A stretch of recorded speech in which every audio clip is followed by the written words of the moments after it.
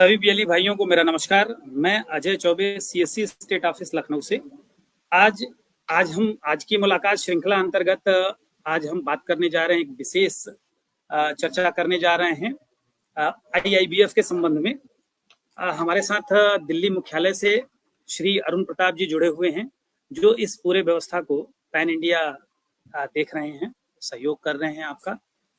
इसमें शुरुआत करने से पहले हम थोड़ा सा आईआईबीएफ के बारे में बताना चाहते हैं कि आईआईबीएफ का फुल फॉर्म होता है Indian institute of banking and finance.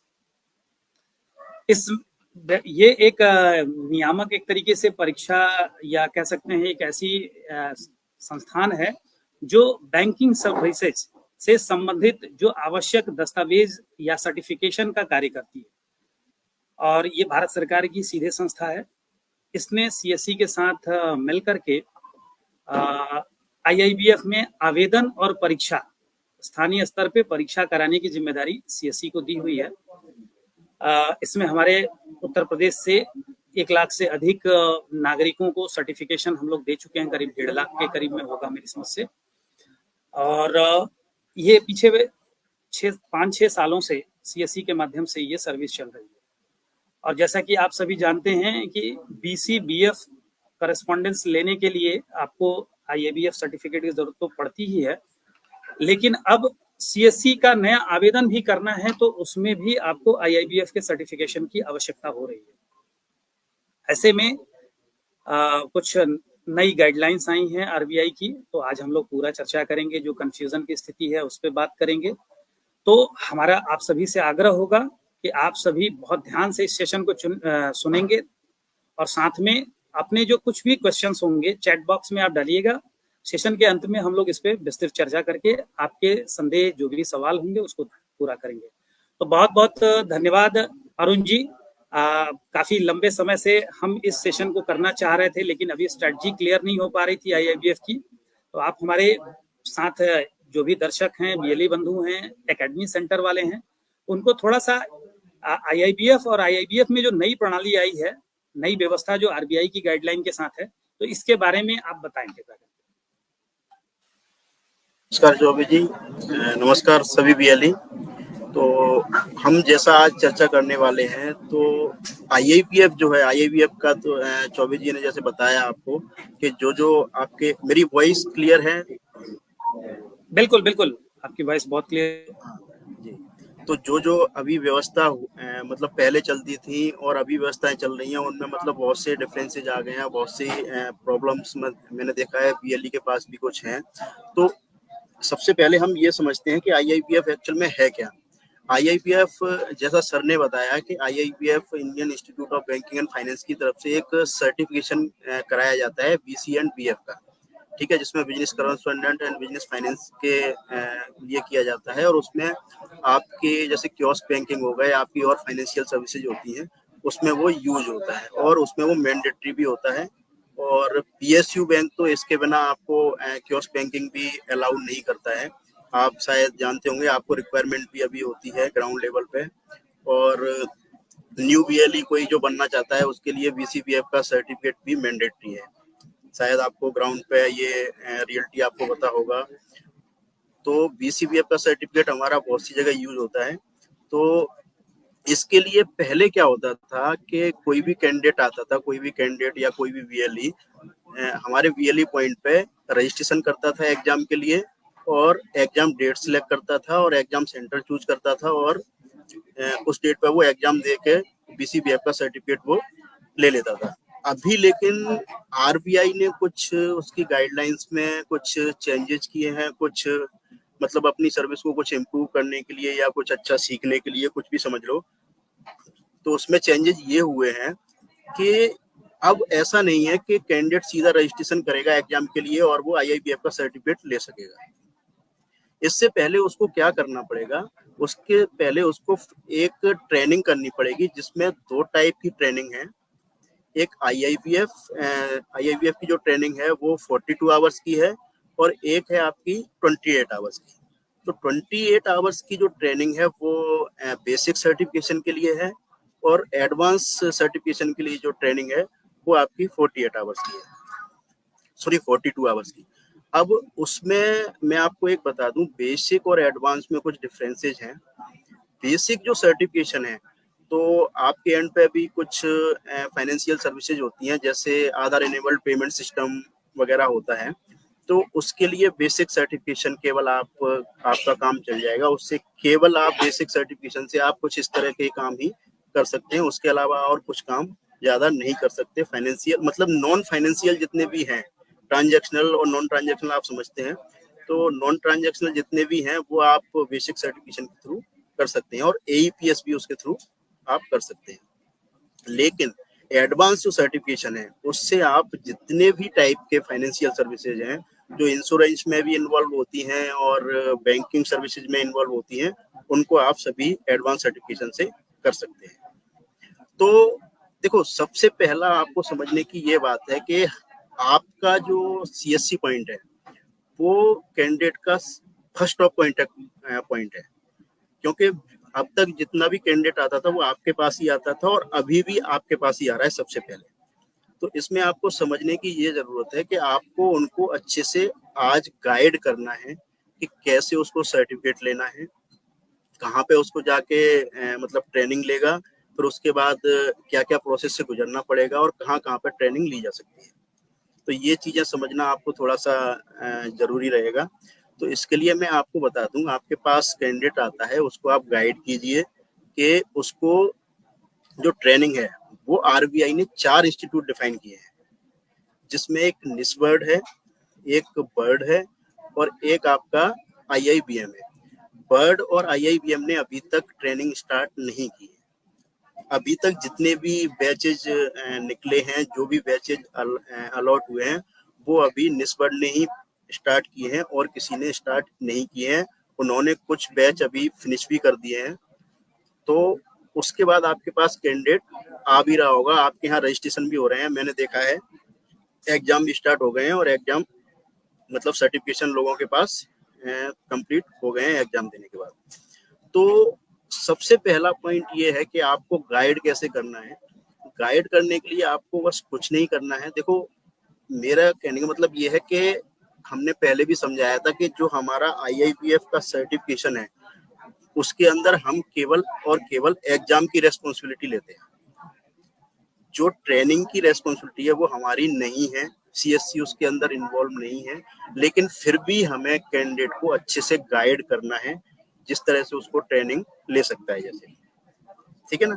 तो इस चीज का भी हमें ध्यान रखना है कि कभी हमारे CSC के ऊपर भी ऐसी चीजें नहीं आनी चाहिए कि ट्रेनिंग में आप इन्वॉल्व जितना ज्यादा हो गए, आप उसको गाइड अच्छे से कीजिए, पहुंचाइए कि ऐसे ऐसे ये ट्रेनिंग इंस्टीट्यूट है, यहाँ पे आप जाके इंफॉर्मेशन ले सकते हैं। साइट भी उनको बताइए, आप खुद भी उनका फॉर्म फिल कर सकते हो। लेकिन ये थोड़ा सा ये है कि आपका CSC के पास उसके राइट्स भी नहीं है, मैं आपको बताऊं, कि हम फॉर्म भी फिल कर सकें। तो आपको अपने लेवल पे फॉर्म भी फिल कर सकते हो किसी की हेल्प पे, लेकिन गाइड आपको अच्छे से करना है, ये आपको ध्यान रखना है, ठीक है ना। तो निस्बर्ड पे अगर कहीं रजिस्ट्रेशन करोगे, बर्ड पे कोई रजिस्ट्रेशन करोगे, IIBM पे कोई रजिस्ट्रेशन करोगे, जो ट्रेनिंग इंस्टीट्यूट है, वहां पे आप रजिस्ट्रेशन जब करोगे, तो वहां पे क्या होगा, उसको एक ट्रेनिंग ID प्रोवाइड कराई जाएगी। हाँ, एक हाँ, ये जो IIPF की साइट है, उस पे भी आपको इन्फॉर्मेशन यहाँ पे मिल सकती है। यहाँ पे आपके चारों इंस्टीट्यूट दिखाई दे रहे हैं, आपने देखा होगा, ठीक है ना। तो यहाँ पे अब 4 में से जो चौथा इंस्टीट्यूट है, चौथा अभी उन्होंने ट्रेनिंग करने से हमें जो इन्फॉर्मेशन मिली है, जो बैंक्स हैं, वो भी इसके बारे में उनके सेंटर्स हैं कुछ, उन पे मतलब ट्रेनिंग प्रोवाइड कराती है इसका। लेकिन अभी उन्होंने ट्रेनिंग के लिए मना कर दिया है। तो अभी 3 ही इंस्टीट्यूट अभी इसमें इन्वॉल्व हुए हैं। चौथे जो बैंक्स हैं, बैंकों ने अभी मना कर दिया एक तरह से। अभी तक कोई इन्फॉर्मेशन इसका कोई अपडेट हमारे पास आया नहीं है, ठीक है। अब इसकी प्रोसेस में थोड़ा सा समझा देता हूँ। चौबे सर, एक बार मुझे ये PPT एक बार दिखा सकता हूँ मैं? हाँ, ये इसका प्रोसेस फ्लो जो मैं आपको बता देता हूँ कि ट्रेनिंग में क्या क्या रिक्वायरमेंट रहेगी, मैं आपको बताऊँ। तो देखो, मैंने चारों इंस्टीट्यूट इसमें हमने मेंशन किए हुए हैं कि 42 आवर्स एंड 28 आवर्स की 2 टाइप की ट्रेनिंग मैंने आपको बताया, एडवांस और बेसिक होगी।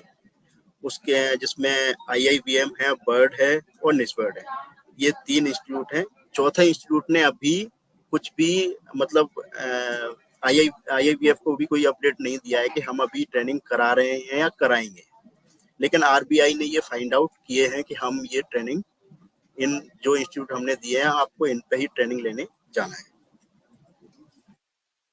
ठीक है, तो जब वहां पे फॉर्म फिल होगा किसी भी ट्रेनिंग इंस्टीट्यूट पे, किसी भी कैंडिडेट का या किसी भी VLE का, तो वहां पे जो इन्फॉर्मेशन प्रोवाइड कराई जाए कैंडिडेट की, तो ये हमेशा आप ध्यान रखेंगे, ये हमेशा आप चेक करेंगे कि इन्फॉर्मेशन बिल्कुल करेक्ट दें, क्योंकि कोई भी इन्फॉर्मेशन आपकी फ्यूचर में एडिटेबल नहीं है। ये आपको ध्यान रखना है, क्योंकि हमारे पास ग्राउंड से कुछ ऐसी क्वेरी आती है कि मेरा नाम सही नहीं आ रहा है और मेरा मोबाइल नंबर सही नहीं है या ईमेल आईडी सही नहीं है। खास करके आपको मोबाइल नंबर, ईमेल आईडी की इंफॉर्मेशन बिल्कुल करेक्ट देनी है, क्योंकि जब IIBF का सर्टिफिकेट आपके पास रिसीव होता है वो मेल आईडी पे ही रिसीव होता है, और बाद में कभी फ्यूचर में आपके पास सर्टिफिकेट नहीं है और आपको दोबारा से वो सर्टिफिकेट डाउनलोड करना है या लेना है, तो 3 बार तो IIBF ने आपको सर्टिफिकेट डाउनलोड करने की परमिशन दी है, मैक्सिमम 3 टाइम्स।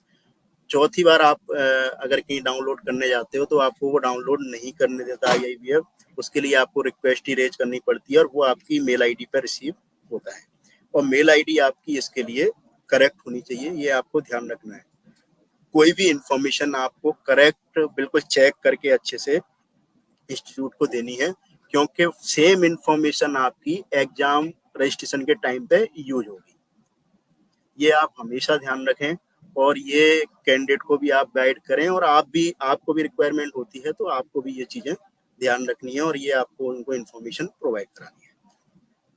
ठीक है, उसके बाद जब रजिस्ट्रेशन जो आप करोगे किसी भी इंस्टीट्यूट की साइट पे या इंस्टीट्यूट को, तो वहां से इंस्टीट्यूट आपको एक ट्रेनिंग आईडी जनरेट करके देगा, एक ट्रेनिंग आईडी जनरेट करके देगा। ट्रेनिंग आईडी की फॉर्म कुछ इस तरह से होगी, टी फॉर ट्रेनिंग होगी, ठीक है, 01, 02, 03, 04 इस टाइप का मतलब न्यूमेरिक नंबर होगा, जिसमें 01, 02, 03 जो है वो आपका कैंडिडेट कितने हैं, कैंडिडेट का मतलब एक तरह से रोल नंबर या आईडी उसमें डिफाइन करेगा।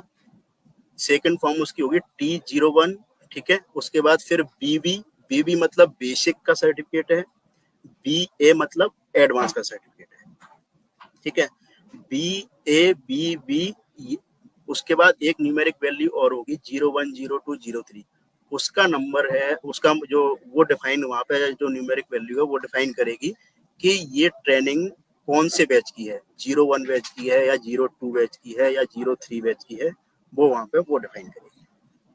ठीक है ना, तो ये चीजें अभी ध्यान हमें रखनी है। उससे आपको ये, जैसे मान के चलो कोई ट्रेनिंग आईडी लेके आता है कैंडिडेट आपके पास और आप उसका रजिस्ट्रेशन जब करने जाते हो, तो वहां पे मान के चलो T01 या T02 BB 49 नंबर उस किसी ने दे दिया, 49 अगर कहीं बैच ही नहीं क्रिएट हुए हैं तो वो ट्रेनिंग आईडी आपकी रॉन्ग वहां पे बताएगा, वो आपको वहां पे ही क्लियर हो जाएगा कि इतने बैच तो अभी तक क्रिएट ही नहीं हुए। ठीक है ना, तो ये थोड़ा सा आपको भी हेल्प करेगा, क्योंकि हमारे पास इस टाइप की क्वेरी आई है, किसी ने कुछ भी ट्रेनिंग आईडी डाल के चेक किया है या कुछ भी है, तो वो कोई भी ट्रेनिंग आईडी वहां पे नहीं आएगी।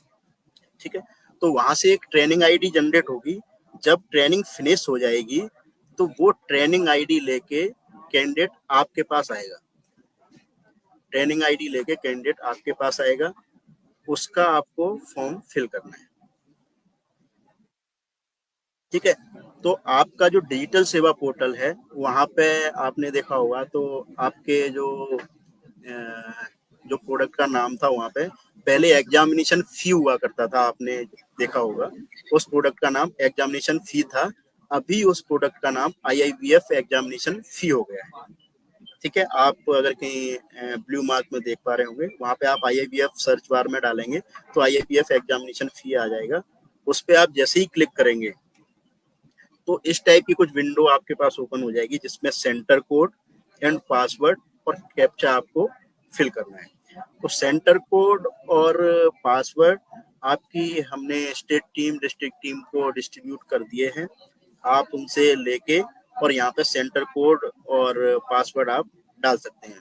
वो सेंटर कोड और पासवर्ड जितने भी वीएलई हैं यूपी के अंदर, मतलब पर्टिकुलर किसी भी स्टेट के अंदर, सभी स्टेट के हमने एक एक यूजर आईडी पासवर्ड बनाए हुए हैं। एक ही सेंटर कोड है, एक ही पासवर्ड है। वही पासवर्ड और सेंटर कोड आपको यूज करना है। जिस स्टेट का वीएलई है उस स्टेट को उस स्टेट के ही यूजर आईडी और पासवर्ड यूज करने हैं। कोई भी वीएलई ऐसा नहीं है किसी के लिए अलग से डिफाइन नहीं किए, एक ही यूजर आईडी पासवर्ड आप यूज कर सकते हैं। यहाँ पे आप जब साइन इन करेंगे, साइन इन करने के बाद जो डैशबोर्ड है आईआईबीएफ का वो कुछ इस तरह से डिस्प्ले होगा। ठीक है, आप ऊपर देख पा रहे होंगे apply for certification examination for business correspondent facilitator advance. ये ऊपर जो है वो एडवांस के लिए है और नीचे आपका बेसिक के लिए है।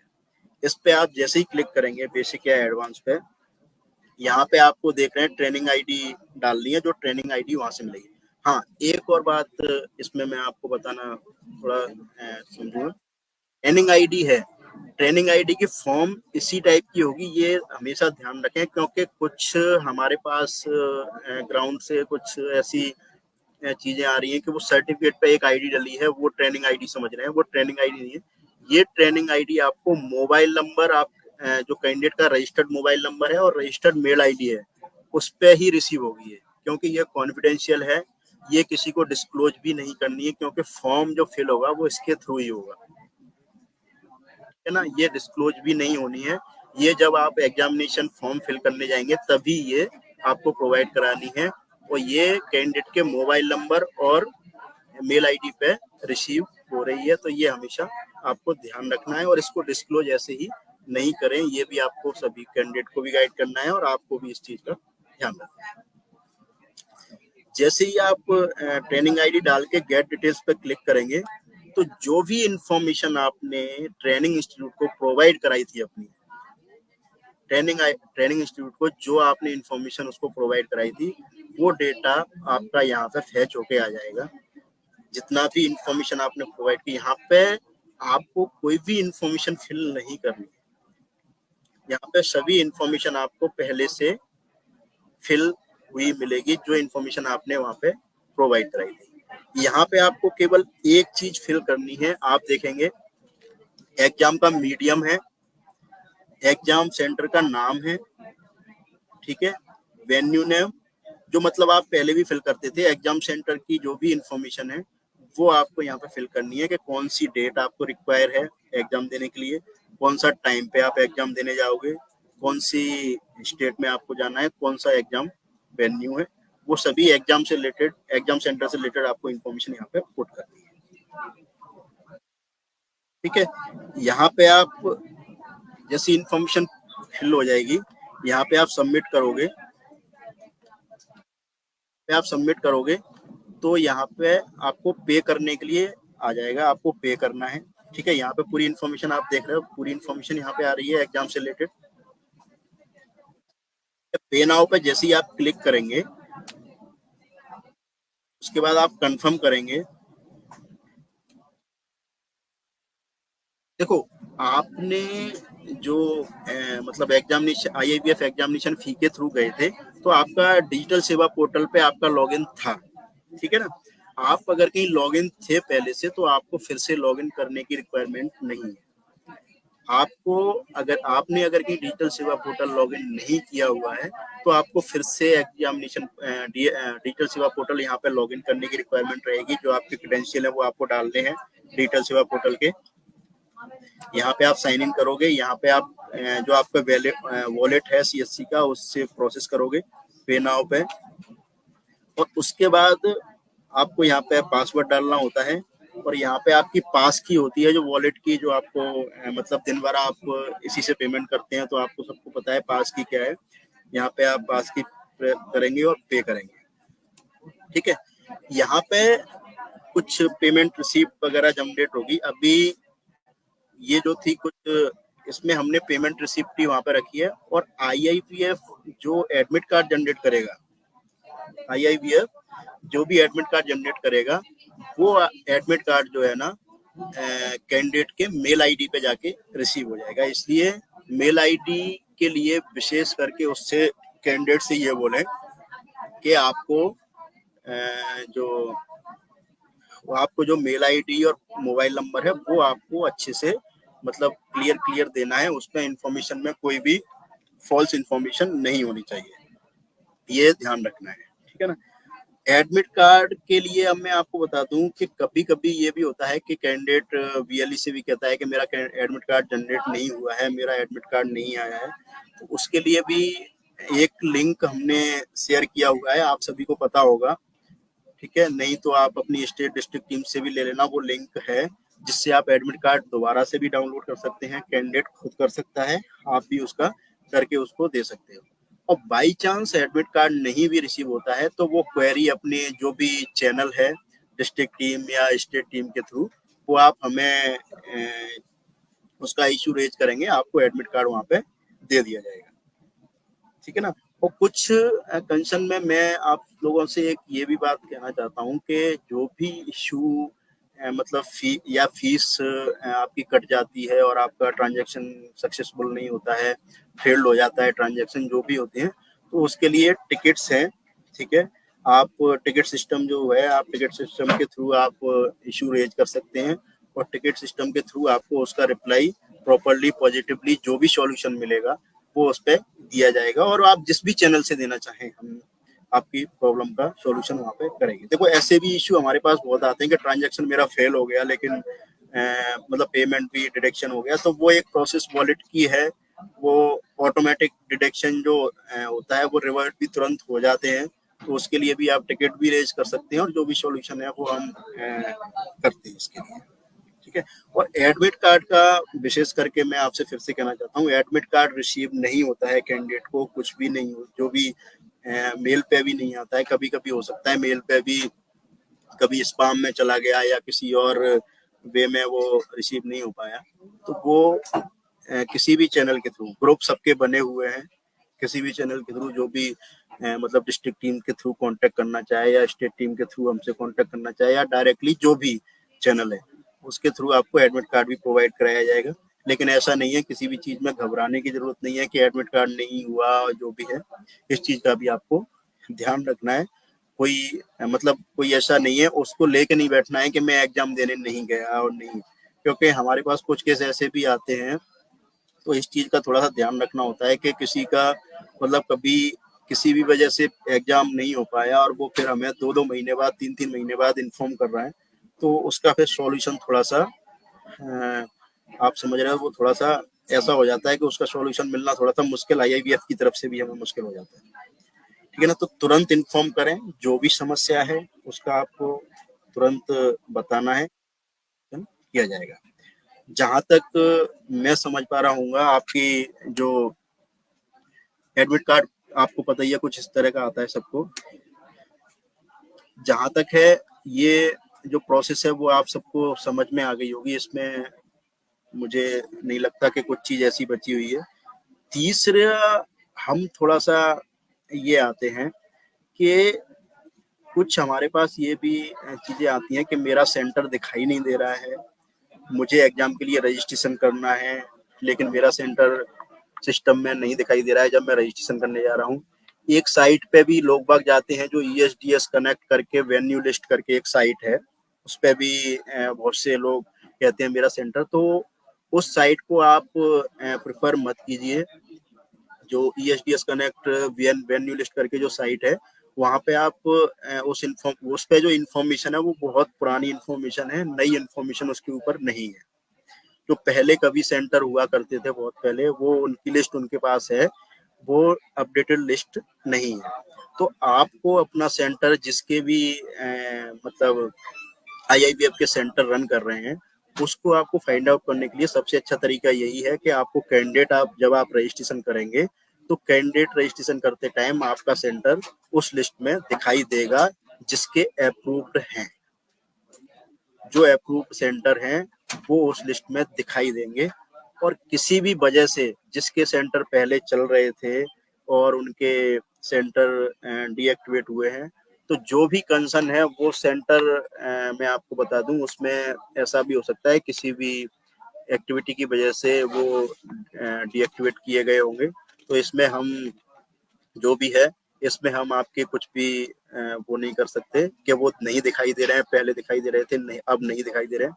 तो वो जो डीएक्टिवेट हुए हैं वो दोबारा एक्टिवेट नहीं, ये थोड़ा सा मैं कहना चाहूँ। और जिसको भी नया सेंटर लेना है उसके लिए फर्स्ट क्राइटेरिया आपको पता है कि सीएससी एकेडमी अप्रूव्ड होनी चाहिए सबसे पहले, ठीक है। सीएससी एकेडमी अप्रूव्ड होगी तो सीएससी एकेडमी का खुद का क्राइटेरिया अपना ऐसा है जो आईआईबीएफ के एग्जाम सेंटर को पूरी तरह से एक तरह से फुलफिल करता है। आईआईबीएफ एग्जाम के लिए कम से कम 5 पीसी सेंटर के लिए कम से कम 5 पीसी सेंटर पे होने चाहिए चालू हालत में, मतलब रनिंग पोजीशन में होने चाहिए उनको। और आपका जो प्रोमाइसिस है वो सिक्योरिटी पॉइंट ऑफ व्यू से सही होना चाहिए, जहाँ पे किसी भी कैंडिडेट को जाने में कोई प्रॉब्लम नहीं हो और वो वहाँ पे सिक्योर फील करे, ठीक है ना। और इंटरनेट का आपके पास जो भी इंटरनेट आपका अच्छा होना चाहिए, बैठने की व्यवस्था होना चाहिए, जो भी पानी पानी वगैरह की जो मतलब एक एग्जाम सेंटर में जो प्रोमाइसिस में जो रिक्वायर रहती है वो होना बहुत जरूरी है, ठीक है ना। लेकिन सेंटर की टाइम टू टाइम आपकी ऑडिट भी होती रहेगी, चेक। ऐसा नहीं है आपने एक बार पूरे क्राइटेरिया फुलफिल कर दिए, आपने पूरी गाइडलाइंस फुलफिल कर दी और चलता रहेगा, ऐसा भी थोड़ा सा आपको प्लीज ध्यान रखना है, ठीक है ना। तो इसके लिए टाइम टू टाइम आपको अपना सेंटर भी अपडेट करना है, अपना अच्छे से मतलब चीजें देखनी है कि सब चीजें चलती रहे। आपको इनमें कुछ भी समस्या अगर कहीं होती है तो वो टाइम टू टाइम आपको रिजॉल्व करनी है। और कोई भी हेल्प आपको सीएससी के जो भी स्टेट टीम है, डिस्ट्रिक्ट टीम है, हेड ऑफिस की टीम है, दिल्ली टीम है, कोई भी रिक्वायरमेंट है, कोई भी आपको सॉल्यूशन चाहिए तो आप वहां से भी ले सकते हैं।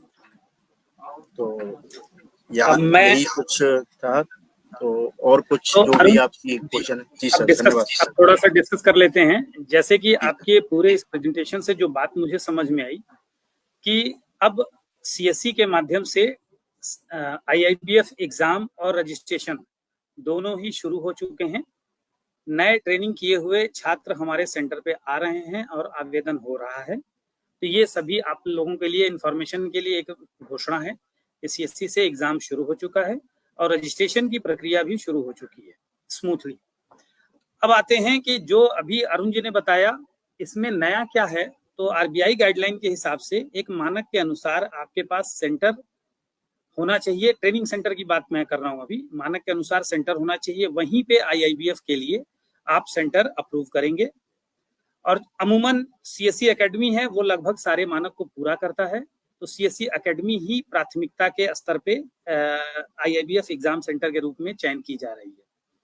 दूसरा, पहले क्या था कि एक सिस्टम था कि एक कैंडिडेट सीधे आता था किसी भी सीएससी सेंटर पे आकर के आवेदन करता था कि भाई मुझे आईआईबीएफ का आवेदन करना है। आवेदन करने के नाम पे उनको सीधे पोर्टल खोल करके उनका पैन कार्ड, आधार कार्ड, जो भी डिटेल क्रेडेंशियल है लेकर के आदमी आवेदन कर देता था। 956 रुपए का पेमेंट कटती थी, काम हो गया। अभी क्या है कि ये प्रक्रिया यहीं पे जैसे सुचारू पहले थी वो रहेगी। इसमें आरबीआई ने एक चीज सिर्फ ऐड कर दिया है, वो ऐड किया है जिसको कि बोलते हैं कि ट्रेनिंग लेनी है।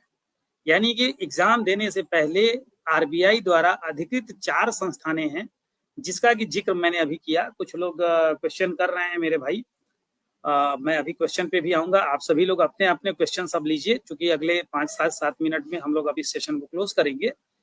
लेकिन मैं एक जिस्ट बता रहा हूं जो मैंने समझा, जैसा कि अरुण जी ने मुझे समझाया, आप लोगों को समझाया।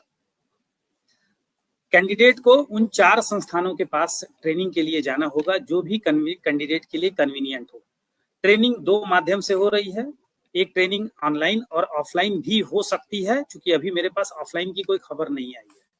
जैसे 4 संस्थानें बताई गई हैं जिसमें से निस्बर्ड और बर्ड, ये 2 संस्थानों ने ट्रेनिंग शुरू करने के संबंध में अभी शुरुआती दौर पे अपनी सहमति दी है, लेकिन बर्ड का अभी मेरी समझ से ट्रेनिंग स्टार्ट नहीं हुआ है और रजिस्ट्रेशन भी शायद नहीं हुआ है। निस्बड ने ट्रेनिंग शुरू कर दी है, रजिस्ट्रेशन भी शुरू कर दिया है, ट्रेनिंग भी शुरू कर दी है और वर्तमान में निस्बड के पास से कुछ वीएलईज हमें कम्युनिकेशन कर रहे हैं कि सर उनके पास ट्रेनिंग का स्लॉट अभी खाली नहीं है। जाहिर सी बात है कि पूरे इंडिया का लोड अभी निस्बड के ऊपर है।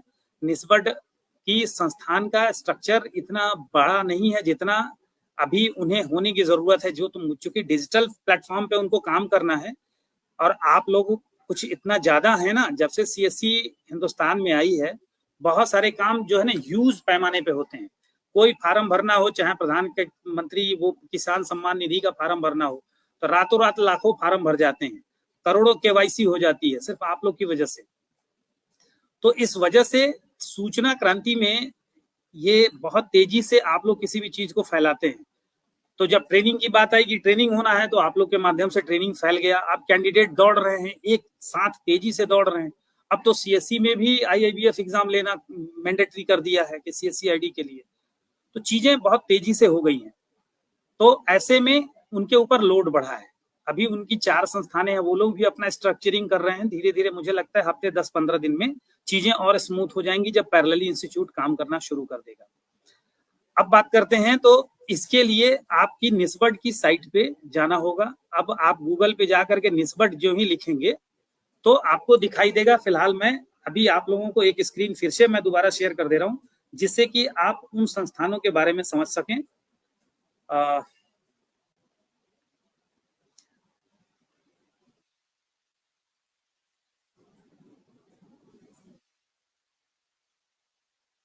ये मैंने स्क्रीन शेयर किया।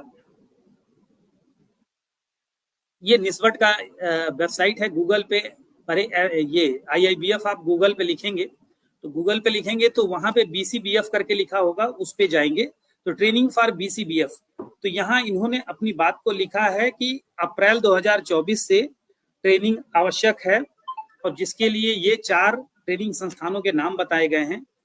Banker institute, rural development bird, Indian institute of entrepreneurship small business, वो निस्बड की बात हो रही है। Indian institute of bank management, ये संस्थान, और द बैंक, और भी सब जो बैंकिंग ऑर्गेनाइजेशंस हैं उनको। तो यानी कि एक तरीके से आरबीआई ने बैंक और बैंक से जुड़े हुए जो भी ऑर्गेनाइजेशन है उनको ये जिम्मेदारी दी है प्रशिक्षण देने की।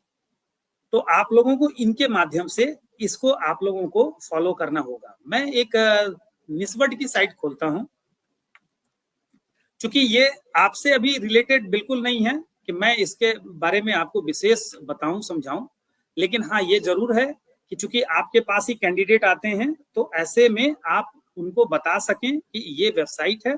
मैं फिर से अब निस्बड की साइट आपके साथ शेयर कर रहा हूं।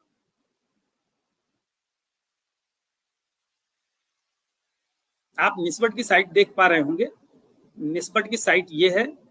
निस्बड की साइट पे ट्रेनिंग के बारे में आप आए, नीचे आएंगे तो आपको यहाँ लिखेगा IIBF BC certification program, trainers training program for employability skill life. ये चाहिए नहीं हमारा, ये रेड वाला जो आपको दिख रहा है आईआईबीएफ बीसी सर्टिफिकेशन प्रोग्राम, इस पे आप क्लिक करें तो नेक्स्ट पेज पे आप आएंगे।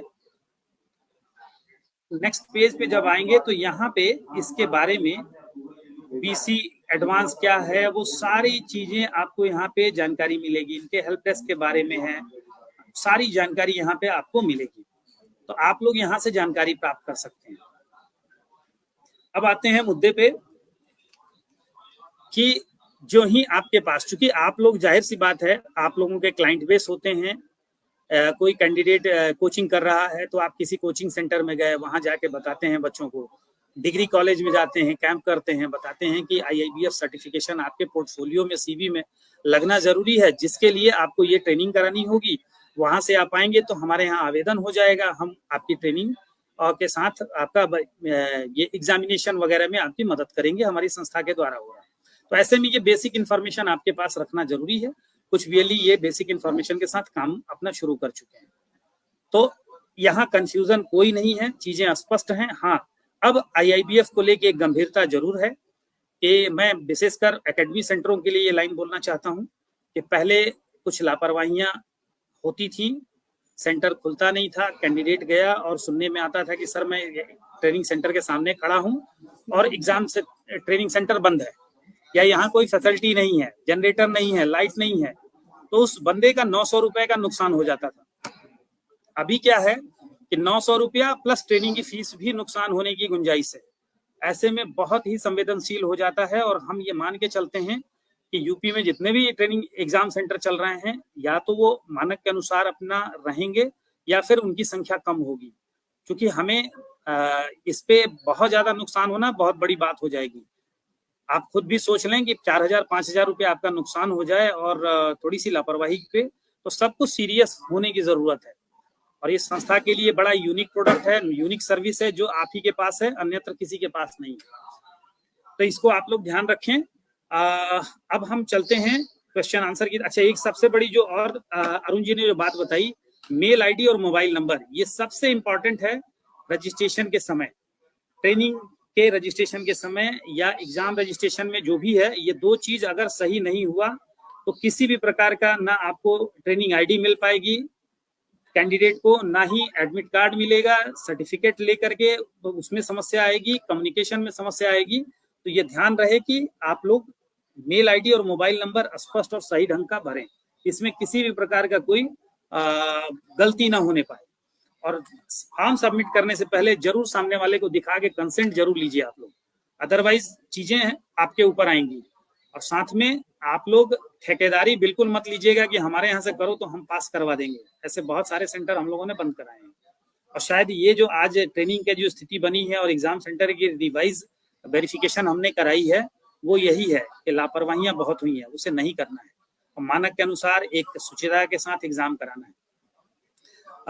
अरुण जी, हम चाहेंगे कुछ क्वेश्चन। सर एक बात और मैं अभी कहना चाहूंगा इसमें, थोड़ा सा एक ऐड ऑन करूंगा कि जो फीस का थोड़ा सा मैं नहीं डिस्क्राइब किया। एक फीस जो बेसिक के लिए है ना, वो 472 प्लस मतलब 484 कुछ फीस है करीब करीब। बेसिक के लिए अलग फीस है और एडवांस के लिए अलग फीस है। एडवांस के लिए जो 944 लगती थी वही है। अच्छा अच्छा अच्छा, जी जी। एडवांस के लिए 944 और बेसिक के लिए 472 है, प्लस 12 रुपए 60 पैसे जो कमीशन कटता है वो है। अच्छा, मतलब 956 रुपए 60 पैसा उधर करता है। ओके, यानी कि एग्जामिनेशन फी में भी दो कैटेगरी अब हो गई अपने पास। नहीं, कैटेगरी सर वो पहले भी थी, लेकिन वो पहले कोई चूज नहीं करता था, वो एक ही फॉर्म फिल करता था। अच्छा, ओके। हाँ, पहले भी 2 कोड पे होते थे, लेकिन वो हमेशा 900 हम एडवांस ही डिफॉल्ट एडवांस ही होते थे। पिछले 5 सालों से तो मैं यही जानता हूँ, जब से मैं देख रहा हूँ। बिल्कुल, अच्छी बात है। तो वो दो कैटेगरी हो गई, बेसिक और एडवांस। हाँ, और अब एक और बात है, एक चीज और मैं बताना भूल गया कि जो भी एग्जाम में मतलब एग्जाम की जो मतलब पासिंग मार्क्स थे वो 50% हो गए हैं। पहले 40% हुआ करते थे, अभी 50% है सभी के लिए पासिंग मार्क्स। ठीक है ना। और बेसिक में 50 क्वेश्चन का पेपर होगा और एडवांस में 100 का होता है जी। इसमें बस यही चेंजेस हुआ है। कुछ क्वेश्चंस लेने हैं। सवाल है, हाँ, जिसके पास IIBF का सर्टिफिकेट है उसको एडवांस सर्टिफिकेट लेना है। जिसके पास IIBF का पहले से सर्टिफिकेट है उसको कोई भी रिक्वायरमेंट नहीं है। जिसने कर लिया है उसको 1 अप्रैल के बाद जो IIBF का सर्टिफिकेट करना चाहता है उसके लिए पहले ट्रेनिंग लेना रिक्वायरमेंट है सर्टिफिकेशन के लिए। अच्छा, इसके साथ ही एक मेरा भी सवाल होगा कि ये जो ट्रेनिंग होगी, ट्रेनिंग में कोई ट्रेनिंग सर्टिफिकेट भी जारी होगी क्या, या सिर्फ ट्रेनिंग आईडी? नहीं, बिल्कुल ट्रेनिंग सर्टिफिकेट भी दे रहे हैं वो लोग। अच्छा, ट्रेनिंग सर्टिफिकेट ई सर्टिफिकेट के मोड में देते होंगे? बिल्कुल, डिजिटल सर्टिफिकेट मिलेगा। ठीक है। नेक्स्ट क्वेश्चन अब हमारा है आलोक जी, आलोक श्रीवास्तव जी का सवाल है, ट्रेनिंग के बाद आईडी नंबर कैसे मिलेगा जिससे IIBF फॉर्म पर ट्रेनिंग के बाद नहीं मिलता। वो ट्रेनिंग जैसे ही आप फॉर्म फिल करते हो उसी टाइम वो आपके मोबाइल नंबर पे और मेल आईडी पे ट्रेनिंग आईडी आपकी पहुंच जाती है। मैंने आपको बताया ना, 2 फॉर्म में जो आपका ट्रेनिंग आईडी होती है, टी मतलब आपका ट्रेनिंग का T010203, उसका मतलब हो गया कि आपका कौन सा नंबर है उस ट्रेनिंग में, और BB और BA, ये बेसिक के लिए BB है और एडवांस के लिए BA है। उसमें न्यूमेरिक फॉर्म होगी 010203। तो 010203 जो न्यूमेरिक फॉर्म है उसका मीनिंग है कि ये कौन से नंबर का बैच है उस इंस्टीट्यूट का। कानपुर से सत्यप्रकाश तिवारी जी बोलते हैं, इस CSC ID का पासवर्ड दे दीजिए। तो तिवारी जी, इसके लिए आप डायरेक्ट संपर्क करिए, ये यहाँ के लिए क्वेश्चन नहीं है। आगे आते हैं, ये लंबा चौड़ा इस भाई ने लिखा है, गुलाब चंद शर्मा जी, इनका है। इसमें क्वेश्चन नहीं है, इन्फॉर्मेशन अच्छा, है। क्वेश्चन नहीं है, इतना लंबा चौड़ा लिखा इन्होंने तो मुझे लगा कि कोई क्वेश्चन है। ये एक क्वेश्चन है विनीत कनौजिया साहब का, ये सब बताएं कि क्या होगा, कैंडिडेट बोल रहे हैं 2 मंथ बाद मिल रहा है। देखो, इसमें हमारा वो कॉल नहीं है, लेकिन फिर भी हम कोशिश कर रहे हैं। निस्बत से भी हमने बात की है, हम सभी से बात कर रहे हैं कि जितनी जल्दी और ट्रेनिंग, क्योंकि सबसे पहला पॉइंट ऑफ कांटेक्ट हम ही होते हैं। बिल्कुल सही बात है कि कैंडिडेट को प्रॉब्लम होती है, वो हमारे पास ही सबसे पहले आ रहा है। तो हम देख रहे हैं कि क्योंकि क्राउड इस टाइम इतना है, क्योंकि अभी निस्बत अकेला ट्रेनिंग करा रहा है और कोई ट्रेनिंग भी नहीं करा रहा। बर्ड और IIBM ने अभी स्टार्ट नहीं किया। IIBM ने शायद एक बैच अभी क्रिएट किया है, वो शायद 29 से उनकी ट्रेनिंग शायद स्टार्ट होने वाली है, जहां तक मुझे इन्फॉर्मेशन मिली है।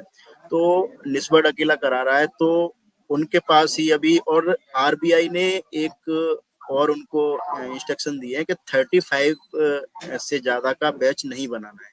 तो एक बैच जो होगा वो 35 कैंडिडेट का ही होगा। तो इसलिए भी थोड़ा सा प्रॉब्लम हो रही है कि एक बैच 35 स्टूडेंट से ज्यादा का नहीं बन रहा है। तो अच्छा, इसमें एक देखो, मेरा ये सवाल उनका है इसमें, कॉलेज। जी जी इसी सर। टॉपिक पे मेरा एक सवाल है, और मेरा ही नहीं, मेरे BLE भाइयों का भी बहुत सारा सवाल है। क्या ये ट्रेनिंग CSC नहीं करा सकती? सर, हमने बात की है, लेकिन इसके लिए थोड़ा सा निकल के आया है पहले तो कि जो एग्जाम एजेंसी है वो ट्रेनिंग एजेंसी नहीं हो सकती। एक कॉल पहला ये था, हम एग्जाम एजेंसी हैं पहले से, लेकिन उसके लिए और हम क्या कर सकते हैं, हम फिर भी बहुत ट्राई कर रहे हैं ग्राउंड पे। हम निस्बत से भी मतलब इंस्टीट्यूट से धीरे धीरे बात करने की कोशिश भी नहीं, कर रहे हैं बिल्कुल। कि कुछ हो जाए। जी, उसके लिए हम अप्रोच लगा रहे हैं, कुछ हो जाता है तो वो भी हम करेंगे।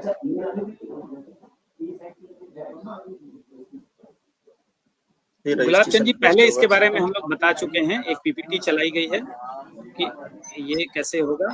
तो ट्रेनिंग रजिस्ट्रेशन का बताया है, ये वीडियो क्लिप बाद में आप चला के दोबारा से देख लीजिएगा। बर्ड में ट्रेनिंग कब स्टार्ट होगा?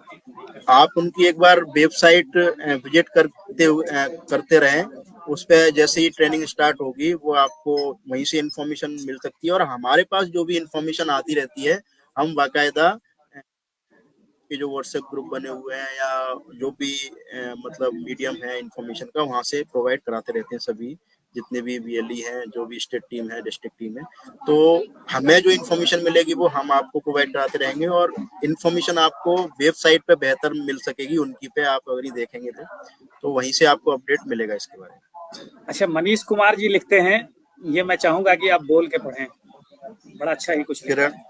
किरण चाहे सूर्य की हो या फिर आशा की, जीवन के सभी अंधकार मिटा देती है। मेरे जीवन में CSC एक नई किरण बन के आई है, जो मेरी और मेरे गांव की दिशा बोली। धन्यवाद महेश जी, CSC की तरफ से आपको। जो CSC तो देखो सभी जगह मतलब सबको हेल्प कर रही है इस बारे में, ग्राउंड पे है बिल्कुल, विलेज टू विलेज बड़ी करती है इसमें। तो धन्यवाद सर। जो पहले से IIBF पास किया है उसे ट्रेन नहीं, जिसने पहले IIBF का BCBF का सर्टिफिकेट ले रखा है उसको दोबारा से ट्रेनिंग करने की रिक्वायरमेंट नहीं है। शिवाजी चौहान जी, किसी ने अगर ये पहले से सर्टिफिकेट कर रखा है उसको दोबारा से सर्टिफिकेट करने की रिक्वायरमेंट नहीं है। Sir next question.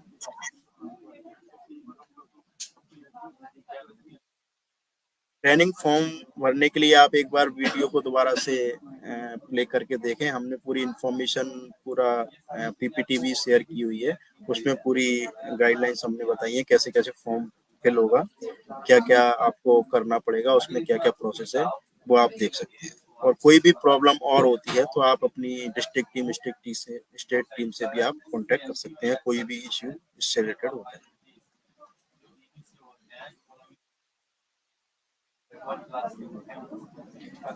वो इन्फॉर्मेशन आपको मेल आईडी के थ्रू या मोबाइल पे मैसेज के थ्रू, जो भी है, वो ट्रेनिंग इंस्टीट्यूट से ही मिलेगी। ट्रेनिंग स्टार्ट होती है तो आपको वहीं से इन्फॉर्मेशन उसके लिए मिल पाएगी, हमारे यहाँ से उसकी इन्फॉर्मेशन नहीं मिल पाएगी।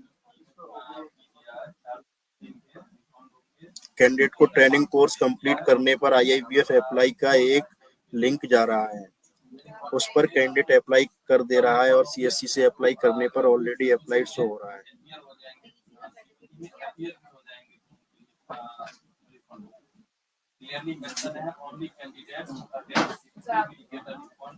ऐसा अभी तक हमें तो कोई इन्फॉर्मेशन ऐसी नहीं मिली है, हमें तो अभी तक ऐसी इन्फॉर्मेशन नहीं मिली है। एक बार ये देखेंगे, अगर कुछ ऐसा हो रहा है तो चेक करेंगे। मनोज गुप्ता जी, एक बार मैं चाहूंगा कि ये डिटेलिंग थोड़ा सा हमें आप सेपरेटली करिएगा और इसको एक बार हम लोग चेक करते हैं अपने स्तर से।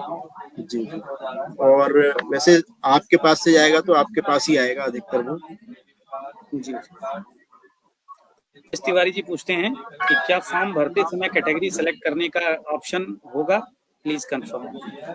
देखो, IIBF, ये मैंने अभी फॉर्म कैटेगरी से रिलेटेड तो शायद कुछ चीज ऐसी नहीं देखी है, पर कैटेगरी का एग्जाम के लिए कोई मतलब नहीं है, सबके लिए सेम एग्जामिनेशन है। किसी को कहीं भी कोई वो नहीं करना है कि किसी के लिए स्पेशल ट्रीटमेंट है इसके अंदर, सभी कैटेगरी को सेम सर्टिफिकेट दिया जाएगा। अच्छा, ये क्वेश्चन ज्यादातर VLE कर रहे हैं कि सर बेसिक सर्टिफिकेशन सही रहेगा या एडवांस? देखो, मैंने आपको बताया कि आपको सभी को गाइड कीजिए और खुद भी करना है तो एडवांस सर्टिफिकेट ही कीजिए। कि अब तक भी आप एडवांस सर्टिफिकेट ही करते आए थे, भले ही आपको नहीं पता था कि एडवांस सर्टिफिकेट है या बेसिक है, लेकिन वो सर्टिफिकेट आप एडवांस ही करते आए थे और एडवांस ही सर्टिफिकेट आपको करना है। और किसी को सलाह भी आप दोगे तो एडवांस सर्टिफिकेट की आपको देना है। ट्रेनिंग में पेपर यानी ट्रेनिंग में जो असिस्मेंट वगैरह होता है वो ट्रेनिंग इंस्टीट्यूट ही करता है, वो वही लेंगे अगर ये कोई रिक्वायरमेंट है। जहाँ तक मुझे पता चला है कि ट्रेनिंग में असिस्मेंट शायद नहीं हो रहा है, वो केवल ट्रेनिंग प्रोवाइड करा रहे हैं और सर्टिफिकेट दे रहे हैं। नीरज पटवा साहब हैं कौशाम्बी से, इनका सवाल है कि इनका एकेडमी अप्रूव्ड है, IIBF इनका अभी अप्रूव नहीं है, तो इसके बारे में मैं बता दूं, उत्तर प्रदेश से मैंने अभी वेरिफिकेशन 6 जोन हमारे पास हैं, 4 जोन से हमारे पास वेरिफिकेशन रिपोर्ट आ गई है, 2 जोन की और रिपोर्ट आ जाएगी तो अरुण जी से रिक्वेस्ट करके फिर से अपडेटेड डेटा अपडेट करवाऊंगा। वैसे महीने में एक बार वेरिफिकेशन हर सेंटर की मैं कराऊंगा 1 से 1.5 महीने में, और वो रिपोर्ट दिल्ली जाएगी और अपडेट डेटा अनबोर्ड किया जाएगा। तो इसके लिए कि अक्टूबर के बाद से भी दोबारा कोई IIBF पे ऑनबोर्ड नहीं हुआ है, इस वजह से ये बीच में थोड़ा लंबा गैप हो गया वेरिफिकेशन को लेकर के बीच, तो जल्दी ही हम इसको कराएंगे। एक पुष्पेश तिवारी का एक और सवाल है। जयप्रकाश चौबीसर, एग्जाम फॉर्म भरते समय फी कैटेगरी सिलेक्ट करने का ऑप्शन शो करेगा जिससे कंफर्म किया जा सकेगा। नहीं, वो मैं आपको एक और बात बता दूं, जब आप फॉर्म फिल करते हो ना, तो जो ट्रेनिंग ID है वही बेसिक और एडवांस को डिफरेंशिएट करेगी। जो बेसिक और एडवांस है उसको डिफरेंशिएट जो करेगी वो आपकी ट्रेनिंग ID ही करेगी। मैंने आपको बताया 2 टाइप की ट्रेनिंग ID है, एक T01BB करके है, एक T01BA करके है। तो BB जो है वो बेसिक के लिए है और BA मतलब एडवांस के लिए। तो उसमें आप देखोगे तो वहाँ पे दोनों टाइप के जो फॉर्म फिल करने हैं उसका भी ऑप्शन अलग अलग है, apply for advance and apply for basic. तो वो वहीं पर डिफरेंशिएट हो जाएगा, आपको अलग से फी नहीं आएगा। वो फी ऑटोमेटिक जो बेसिक पे फॉर्म फिल करने जाओगे तो ऑटोमेटिक बेसिक की फीस पे होगी और एडवांस की करने जाओगे तो एडवांस की पे होगी। वो सिस्टम ऑटोमेटिक समझेगा उस चीज को।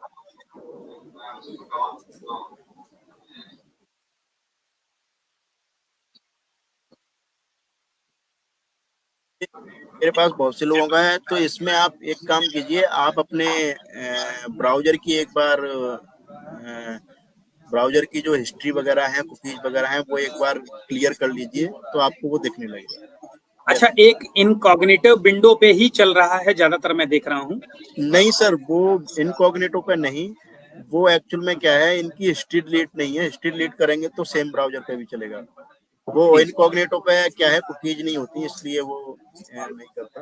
तो वो ब्राउजर पे हिस्ट्री डिलीट कर लेंगे तो वो सॉल्व हो जाएगा। इंद्रभान वर्मा जी, जो अभी आपने बोला कि 956 और 472 है, कुछ अंतर भी है, कोई एडवांस और उसके लिए बात? ये हाँ बिल्कुल, ये बेसिक और एडवांस सर्टिफिकेशन में दोनों में डिफरेंस है। जो 472 है वो बेसिक की है और 956 है वो आपकी एडवांस की है। इसी सर्टिफिकेशन जो ये बेसिक और एडवांस हो रहा है, इसमें मूल डिफरेंस क्या है? जैसे एक सवाल आ रहा है कि मुझे बीएफ सेंटर लेना है, बीसी सेंटर लेना है, तो एडवांस से भी मिल जाएगा या नहीं मिलेगा, या एडवांस ही चाहिए सर उसके लिए। मैंने आपको बताया बेसिक में जो है ना, एईपीएस जो पेमेंट है ना, केवल आधार पेमेंट, आधार इनेबल्ड पेमेंट सिस्टम है, जो आपकी जो छोटी जो चला रहे हैं बीएलई, हाँ बिल्कुल, छोटी डीजीपे बीएलई के लिए हो गया। लेकिन अगर हम आगे पेमेंट का बैंकिंग के तरफ आएंगे तो एडवांस लेना पड़ेगा। एडवांस लेना पड़ेगा, बिल्कुल। चूंकि हम लोग एक चीज जैसे अनाउंसमेंट के साथ भी बात करेंगे कि हर बीएलई को चाहिए कि वो एडवांस में ही, जैसे पहले भी आप लोग एडवांस ही करते थे, आज भी एडवांस ही करें। सिर्फ एईपीएस के लिए वो आवश्यक है। जिनको की बैंकिंग नहीं करनी है, भविष्य में डीजीपे चलाना है, वो इसके साथ आ जाएंगे।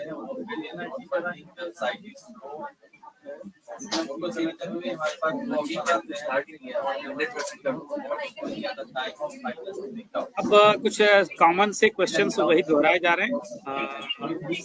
बाकी आप लोग अपने क्वेश्चंस डालिएगा, मेरा प्रयास होगा और अरुण जी का भी प्रयास होगा कि हम लोग इस पे कुछ उत्तर दें। और जैसे ही और भी स्ट्रेटजी क्लियर होती है बाकी संस्थानों की, कुछ नया होता है, तो बहुत जल्दी हम लोग दोबारा ये सेशन फिर से एक बार करेंगे।